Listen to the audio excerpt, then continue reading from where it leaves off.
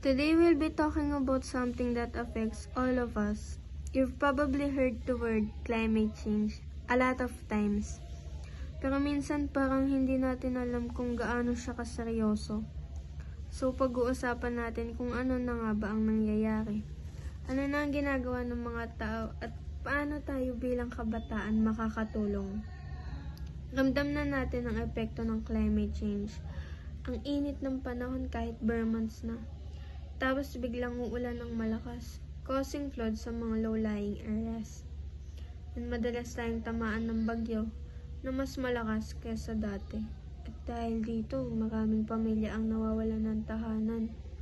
Kung hindi tayo kikilos, mas lalala pa to.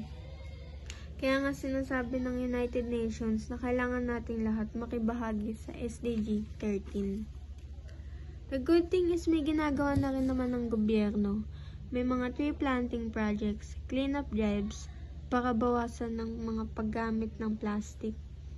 May mga kabataan din na gumagawa ng paraan online, tulad ng pagpo-post ng eco-awareness. Simple man pero malaking tulong kapag tuloy-tuloy.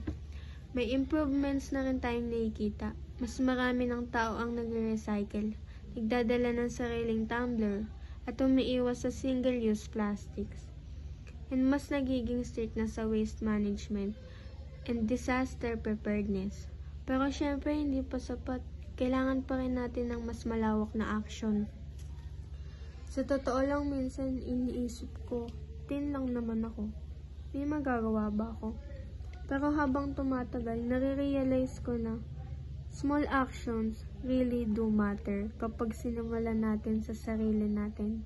Like being more mindful sa mga ginagawa natin sa environment. We inspire others to do the same. So ayun, climate change is already happening and we can actually feel it every day. Pero kahit gaano kalaki ang problema, hindi ibig sabihin na wala na tayong magagawa. Sa simpleng pagtapon ng basura sa tamang lugar, malaking bagay na yun. Ang importante, we care and we act. So let's do our part kahit maliit, basta tuloy-tuloy. And kapag tumataas ang temperatura ng isang gas, tumataas din ang volume nito. Kung constant ang pressure, ibig sabihin habang umiinit ang hangin, lumalawak to. Kung iisipin natin, ito yung dahilan kung bakit kapag mainit ang panahon, mas lumalakas ang bagyo. At mas tumatagal ang mga heat wave. Dahil mas maraming init ang naiipon sa hangin. Mas nagiging intense ang mga weather patterns.